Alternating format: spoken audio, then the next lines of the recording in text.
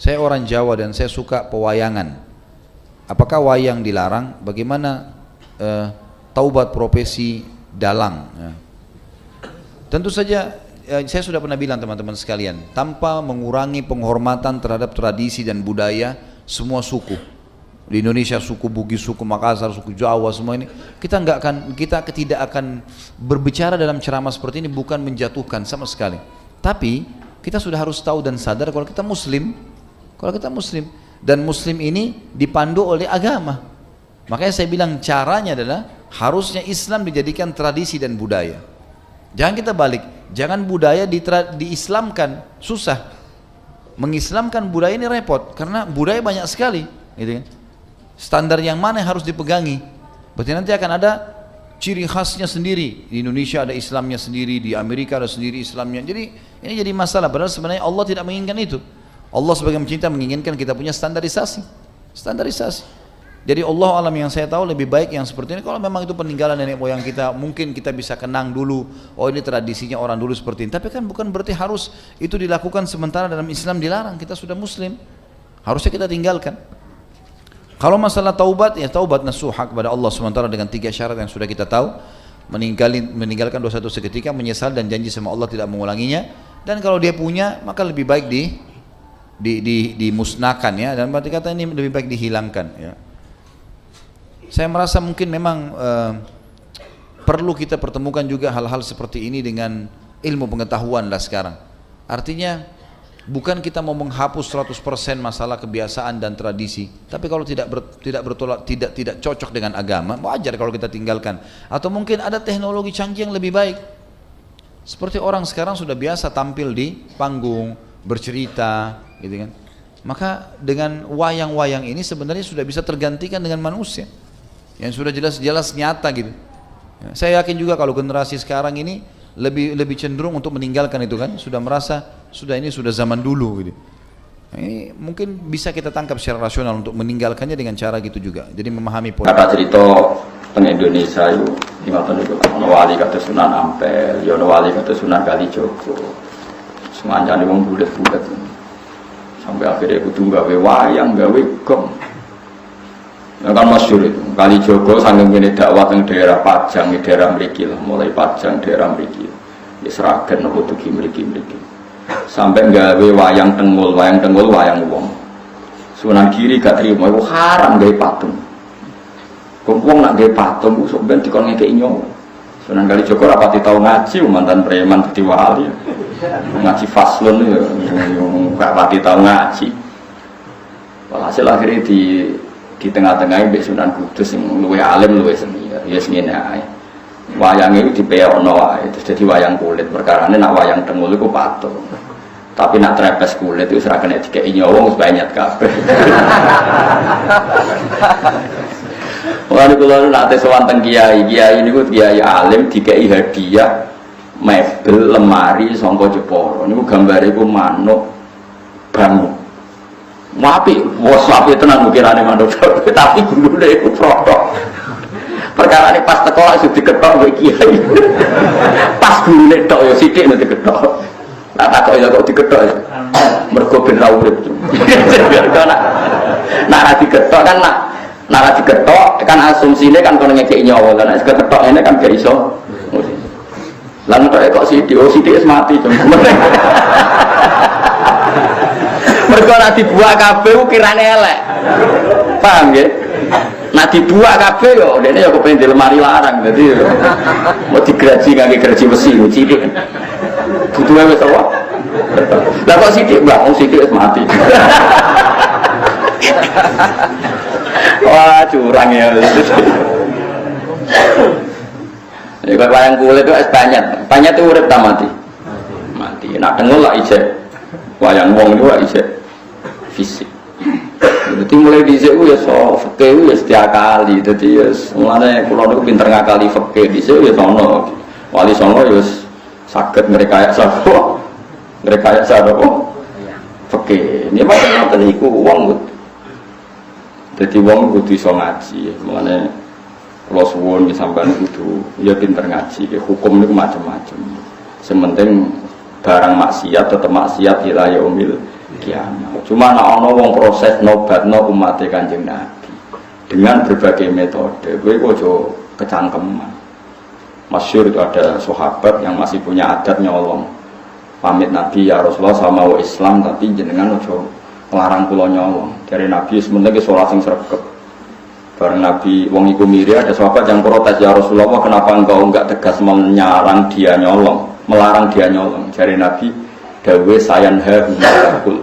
Engkau anggap sering sholat tak suwe-suwe gak nyolong diri. Ya karena orang itu bertahap, semua kebaikan itu bertahap. Tapi Nabi gak pernah mengatakan nyolong itu halal. Mau tidak melarang saat itu. Beda loh ya, mengatakan halal sama mau tidak melarang saat itu. Jadi beda. Ana wong Islam pamit Nabi boten zakat, Nabi dia mental. Ya sementing kowe Islam. Ketika Nabi diprotes, kenapa engkau tidak menyuruh dia zakat? Nanti kalau Islamnya sudah benar akan zakat sendiri.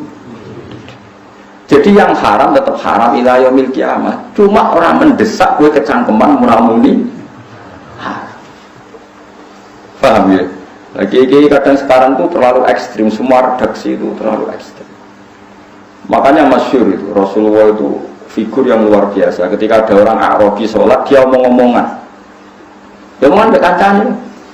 Jadi pas sholat Nabi dia kenalan sama tiang putih. Oh kalau tiang mriki udah santai.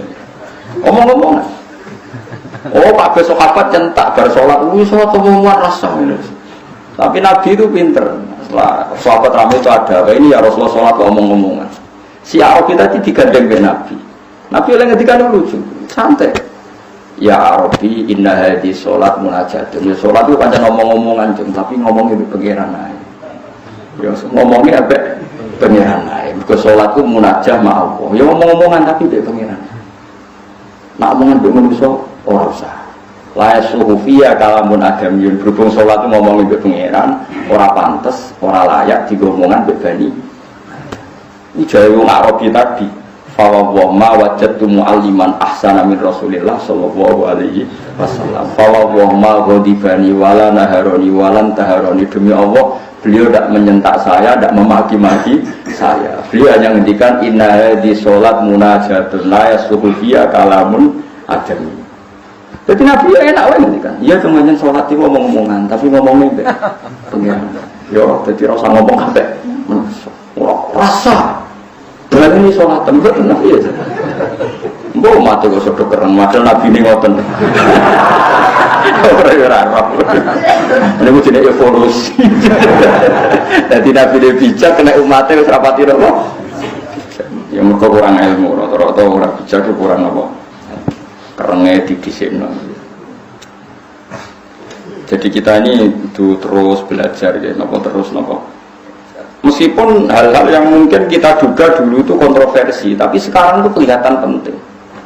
Saya di Matolek Kajen itu pernah disuruh jadi narasumber fikih. Itu saya bilang begini, kamu masih muda harus belajar fikih yang luas. Termasuk kemungkinan sholat jenazah itu boleh jenazahnya di belakang.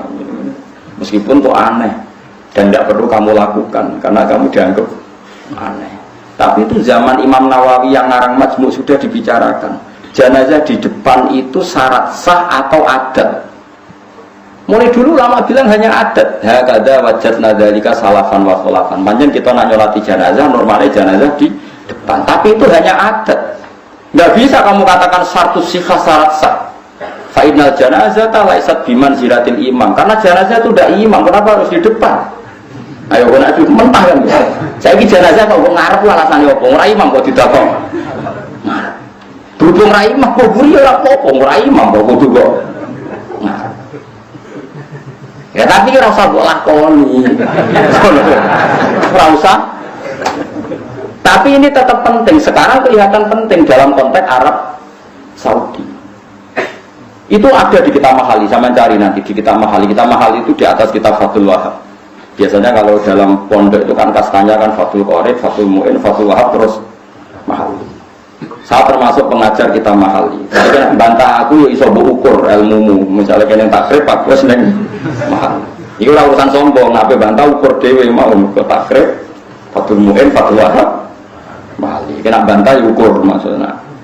Ukur berliwati mau. Bareng lewati Fathul Warib, Fathul Mu'in, Fathul Wahab, bariku kowe golek aku. Ayo Gus bapak debat gak apa-apa. Itu di kitab Mahali diterangkan. Ketika seperti itu kita hanya mengatakan jenazah ya sudah di depan. Memang seperti dulu ya seperti itu jenazah di depan. Tapi kamu jangan meyakini harus di depan karena fa'innal janazata laysat bimanzilatil imam. Jenazah itu tidak imam. Sekarang terbukti dalam konteks Arab Saudi. Dulu ketika saya kecil itu sering diceritani bapak saya yang haji. Kalau tiap maktubah itu ada jenazah yang dibawa ke depan untuk disolatkan di masjid haram. Paham ya? Jelas ya? Kita sepakatkan di sejarah seperti itu. Sampai ada tragedi yaitu ada senjata senapan laras panjang dibungkus ala apa? Jenazah kemudian dibawa ke depan. Ketika pas disolati para teroris ini menggunakan senjata itu untuk nembakin apa? Jamaah. Itu peristiwa tahun pinter ya 7 berapa, 78 atau 82 pokoknya pernah itu terjadi. Pernah kau dengar sama cerita itu? Terus sekarang di Arab Saudi tiap maktubah yang nate haji, nate umroh, tiap maktubah ada sholat jenazah enggak? Enggak, sama jawab saja. Ada kan? Sekarang tuh? Ada enggak? Ada. Jenazahnya di mana? Enggak di depan apa di belakang? Di belakang, tetap di kamar jenazah. Aku tuh eling Imam Nawawi, cek mandi nih Imam Nawawi. Tapi nih Indonesia kira usah ngono. Jenazah pe gaya pisan kok ngarepe kok putus kok buri. Oh Indonesia kan nggak mendesak kok. Jadi Moskow jadi model lakoni model gede. Maksudnya dalam konteks Indonesia ora usah. Tapi secara ilmu kowe ngerti nak jenazah ora imam. Mulane ra kudu kok ngarep. Paham ya? Bukti lagi sholat ghaib. Jogja sama Surabaya timur mana? Timur mana? Ketika Pak Hasyim kapundhut di Malang atau di Jakarta, orang Aceh boleh nggak nyolati ghaib?